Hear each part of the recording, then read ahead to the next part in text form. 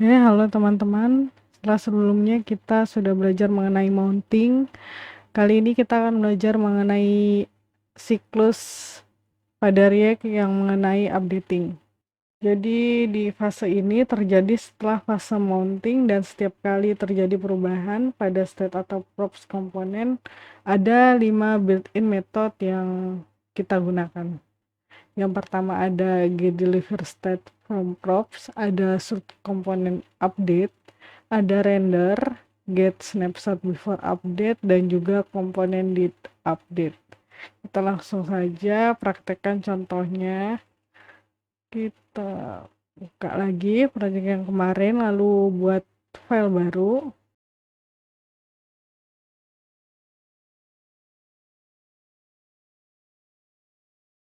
Oke, kemudian kita kopikan lagi link untuk meload script React-nya, dan pastikan teman-teman terkoneksi oleh internet karena ini linknya itu menggunakan link eksternal.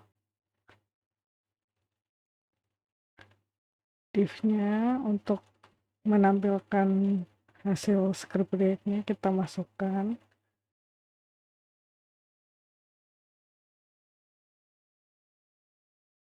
Kemudian ini tag penutupnya.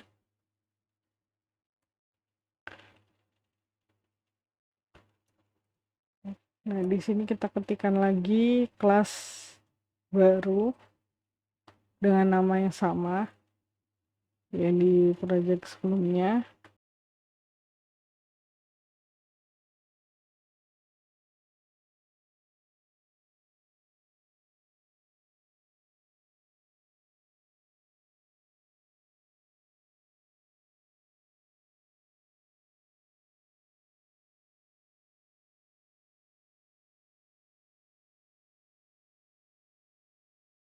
Untuk penjelasan mengenai scriptnya nanti saya jelaskan di akhir video.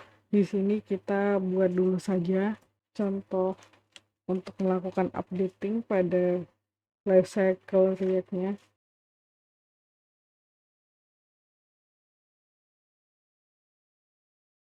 Berisi hobi yang value-nya membaca.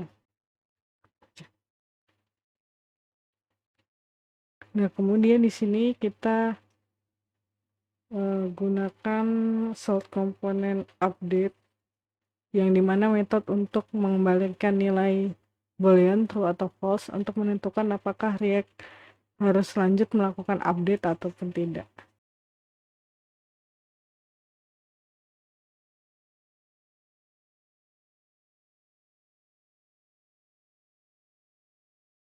Selanjutnya kita buat lagi metode getSnapShotBeforeUpdate, yang mana dia akan dipanggil sebelum update dilakukan dan masih dapat mengakses props yang sebelumnya atau state yang sebelumnya, yang sebelum terjadi perubahan.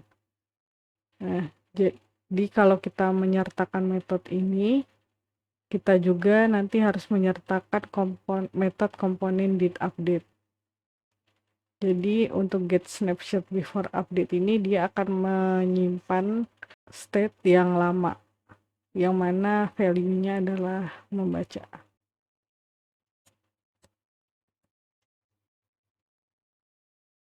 Tersimpan di dalam variabel prefprops, dan state-nya kita simpan dalam variabel prefState. Kemudian kita tampilkan di kotak dialog pada browser menggunakan window alert.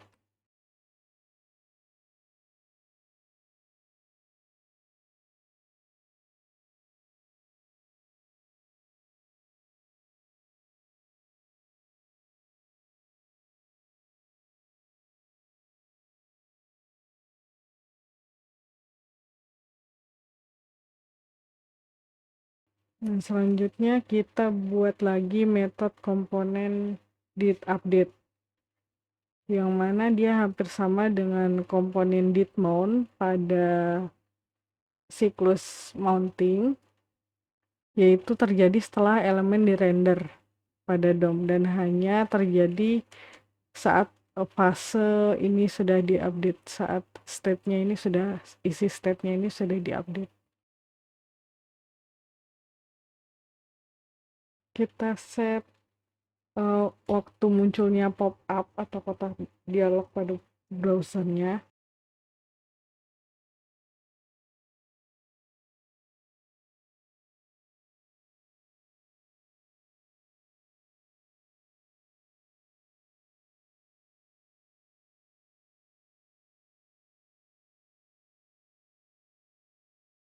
Kita set waktunya 1 detik, muncul 1 detik setelah get snapshot before update ini dijalankan. Lalu kita buat state baru, ubah hobi. Kita melakukan perubahan pada state-nya di sini.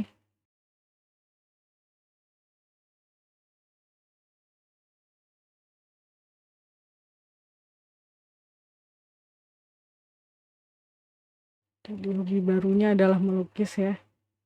Kemudian kita buat metode render, yang mana metode pada fase mounting akan dipanggil ulang ketika update perubahan terjadi pada komponen ke halaman web.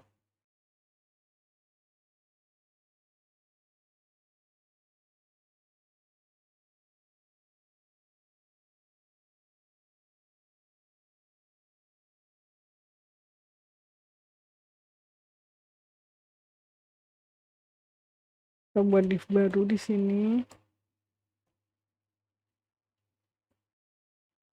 Kemudian kita buat heading dan menampilkan hobinya. Hobiku adalah, kita masukkan state hobi, this state hobi, yang mana dia akan menampilkan state hobi yang sebelumnya ini. Kemudian kita buat satu tombol, yang dimana ketika tombol tersebut ditekan on click, maka nilai state lama yang sebelumnya adalah membaca akan berubah menjadi melukis. This ubah hobi. Kemudian nama tombolnya ubah hobi.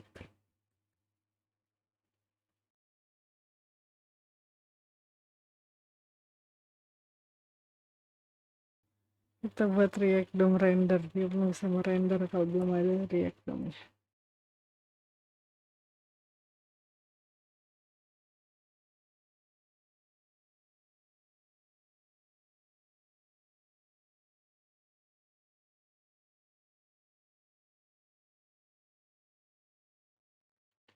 Class hobi yang mana akan dirender pada ID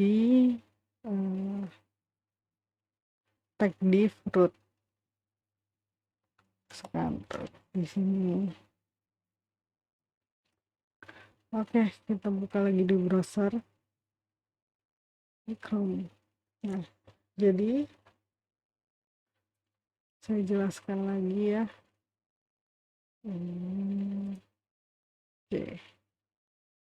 Oke, jadi saya jelaskan lagi, di script ini awalnya nilai state hobinya adalah membaca. Oke. Yang kita set pada konstruktor pada kelas hobi. Nah, ketika tombol ubah hobi ini diklik, maka komponen akan melakukan update untuk mengubah state hobi yang dari membaca menjadi melukis. Sebelum ada perubahan nanti muncul kotak dialog seperti ini di browser yang menampilkan keterangan hobi sebelumnya adalah membaca.